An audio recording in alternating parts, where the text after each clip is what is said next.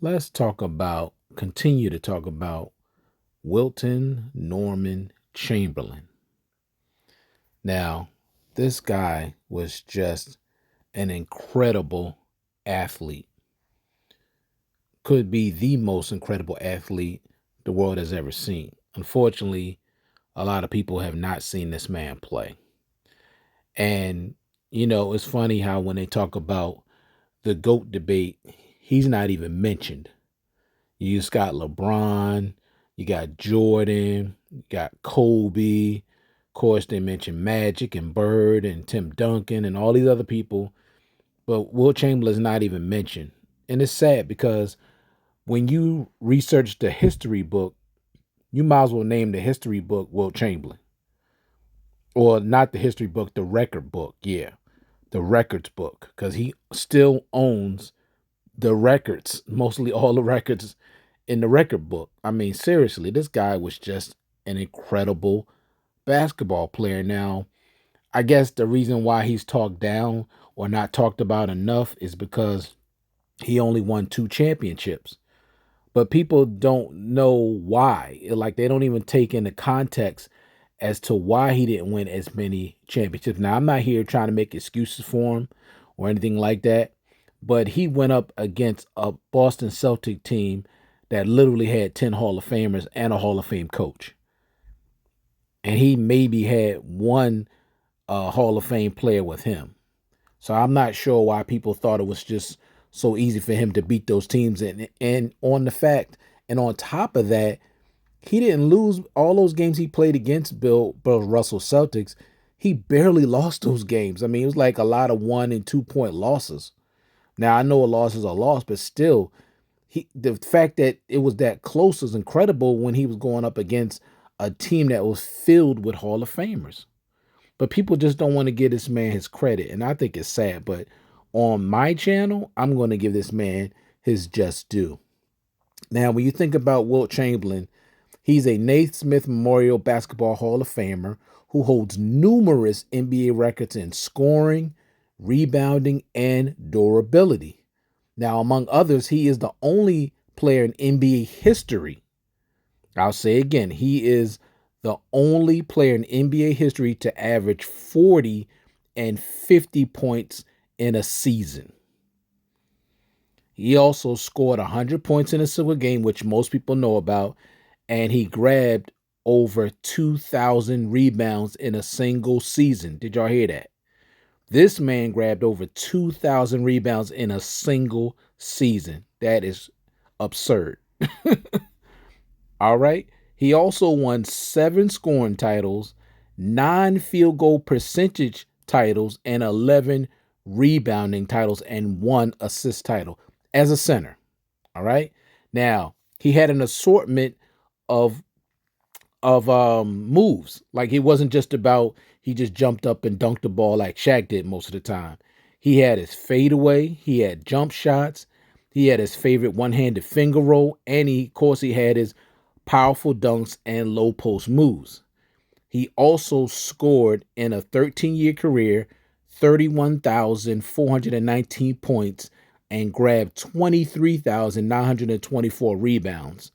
And his final average for his career was 30.7 points per game, right behind Michael Jordan. And also for his career, he averaged 23 rebounds for his career. 23 rebounds. I hope y'all heard that. And was also very durable. His average for his minutes played for his career, 45.8 minutes per game for his whole career.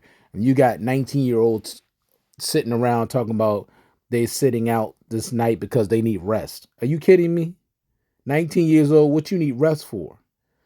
This rest thing really gets on my nerves, because if these guys are not injured, they should not be resting. They should be playing every game. But I'm not going to get into that right now. I'll save that for another video. All right, now for some of his feats, he was inducted into the Hall of Fame in 1978 and elected to the 35th anniversary team, and in 1980 chosen as one of the 50 greatest players in NBA history, and in 96 he was named to the NBA's 75th anniversary team, in 2021. He was also ranked number 13 in ESPN's list of top North American athletes of the century in 1999, and number 2 in the Slam's top 500 NBA players of all time. Now, check this out. This is crazy. He's retired. His number's been retired 6 times. It was retired by his high school, Overbrook High School, which is in the city that I live in, Philadelphia. His jersey was retired by the University of Kansas. His jersey was retired by the Harlem Globetrotters, the Warriors, the 76ers, and the Lakers. There is no one that has had their jersey retired by so many different entities. And just 3 NBA teams alone. 3 NBA teams. That's crazy. Now, I just want to share a few of his records. Now, I'm not going to get into all of them because it's just too many to even talk about. But right now, he still holds 72 NBA records, 68 by himself. Now, among his records are several that are considered unbreakable, such as averaging 22.9 rebounds for a career. That 22.9 rebounds for a career is never going to be duplicated. 50.4 points per game in a season. That's not going to be duplicated. Never.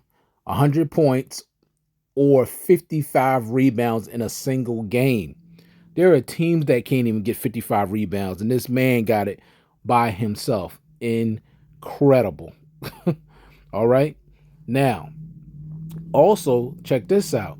Scoring 65 or more points 15 times. So he scored 65 points 15 times and scored 50 points 118 times. I'll say it again. He scored 50 points 118 times.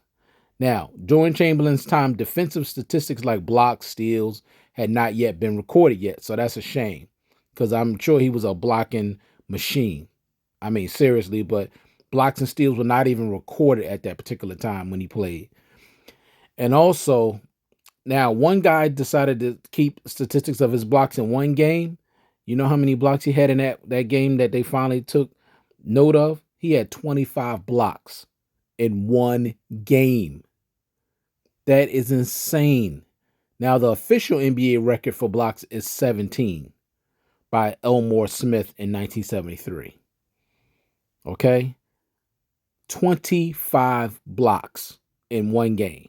That is insane. But Wilt Chamberlain was just an incredible athlete. But we're gonna definitely get into more with Wilt Chamberlain because it's necessary for me to show y'all just how dominant this man was. He is by far the most dominant NBA player that ever played. Michael Jordan is right behind him, but Wilt Chamberlain set the standard, and he still is the standard. He didn't win as many championships as Jordan, but he's by far the most dominant basketball player that's ever put on a pair of sneakers. So we will continue our videos into Wilton, Norman, Chamberlain.